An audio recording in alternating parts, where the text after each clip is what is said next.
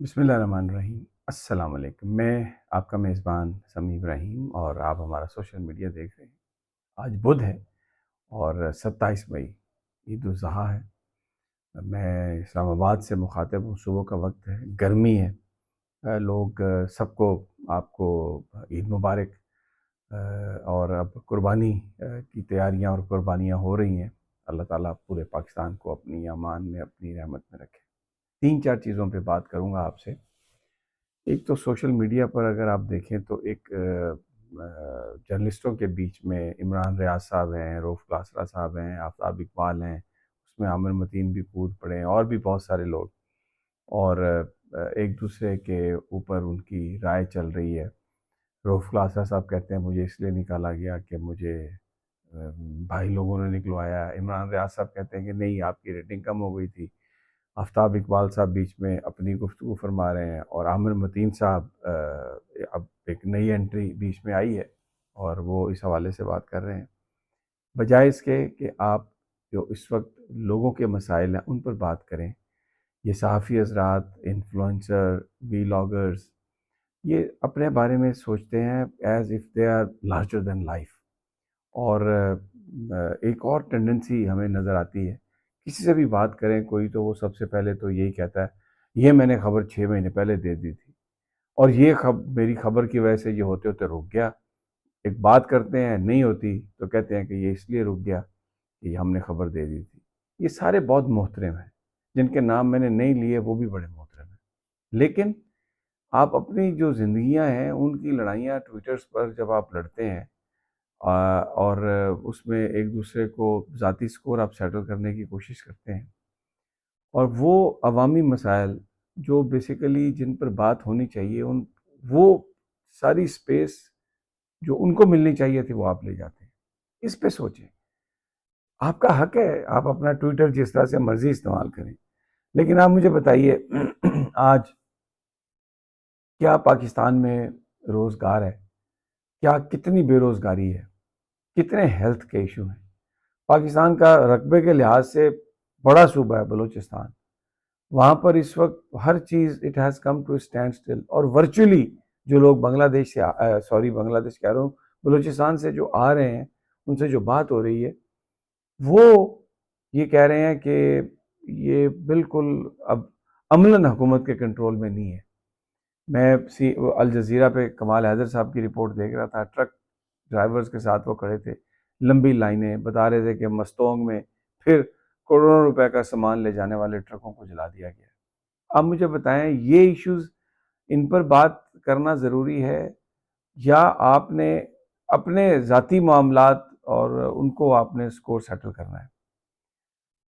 یہ کوئی بھی ایک بلینکٹ سٹیٹمنٹ نہیں دی جا سکتی۔ ہر آدمی کی اپنی قربانی ہے۔ جو لوگ باہر ہیں، عمران ریاض صاحب باہر ہیں، آفتاب اقبال صاحب باہر ہیں، اور بھی محیط پیرزادہ صاحب ہیں، اور بھی بہت سارے لوگ ہیں، وجاہت صاحب ہیں، جو باہر ہیں، وہ وہاں پر اپنی اپنی ہمت طاقت کے مطابق، اپنی سوچ کے مطابق پاکستان کو سرو کر رہے ہیں۔ جو ادھر ہیں، جن میں روف کلاسرا صاحب ہیں اور بہت سارے لوگ ہیں، صحافی ہیں، وہ یہاں پر بیٹھ کے جو وہ مناسب سمجھتے ہیں یا جتنا کر سکتے ہیں وہ کر رہے ہیں۔ ہم سب کو پتہ ہے کہ کوئی بھی پروگرام اینکر جو مین سٹریم میں ہے، اگر اس کے مالکان کی خواہش نہ ہو تو وہ ایک لفظ بھی نہیں بول سکتا۔ آپ ادارے کی پالیسی کے مطابق ہی بات کر سکتے ہیں نا، اس سے ہٹ کے تو آپ بات نہیں کر سکتے۔ نہ آپ اتنے بڑے کو توپ ہیں آپ یہ کہیں کہ نہیں نہیں میں ادارے کی پالیسی یہ اور میں یہ بات کر رہا ہوں، ایسا کچھ نہیں ہے۔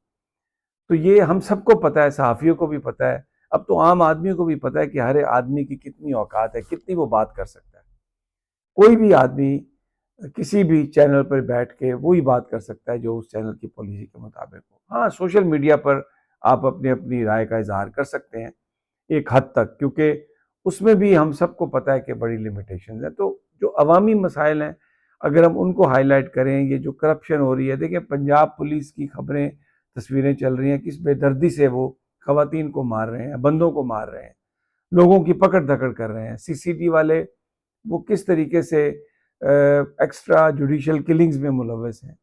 پھر یہ جو بیرونی دورے ہیں، ابھی مریم نواز صاحبہ باہر گئی ہیں، اس کے بعد آپ عظمہ بخاری صاحبہ کا انٹرویو سن لیں، وہ بس یہی کہہ رہی ہیں کہ مجھے کھانوں کی بات ہو رہی ہے، کھانے یہ تھے، کھانے وہ تھے، مجھے مریم صاحبہ نے کہا کہ یہ ایگ پلانٹ، یہ بینگن ضرور کھاؤ. میں بینگن نہیں کھاتی تھی، لیکن میں نے کھایا تو وہ ان بیچاری کی، ان کی خوشامد کا عالم یہ تھا کہ وہ کہہ رہی تھی کہ میں نے وہ کھایا تو زندگی میں نے کبھی ایسی کوئی چیز نہیں کھائی، بینگن میں نے کبھی ایسا نہیں کھایا.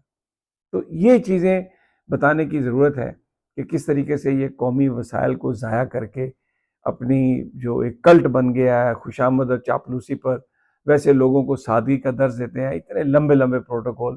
یہ وہ چیزیں ہیں جن پر بات کرنے کی ضرورت ہے. دیکھیں، ایران اور امریکہ کے درمیان ڈیل کی بات ہو رہی تھی، لیکن وہاں پر اسرائیل نے لبنان پر انٹینسیفائی کر دیا، حملوں پہ حملے ہو رہے ہیں.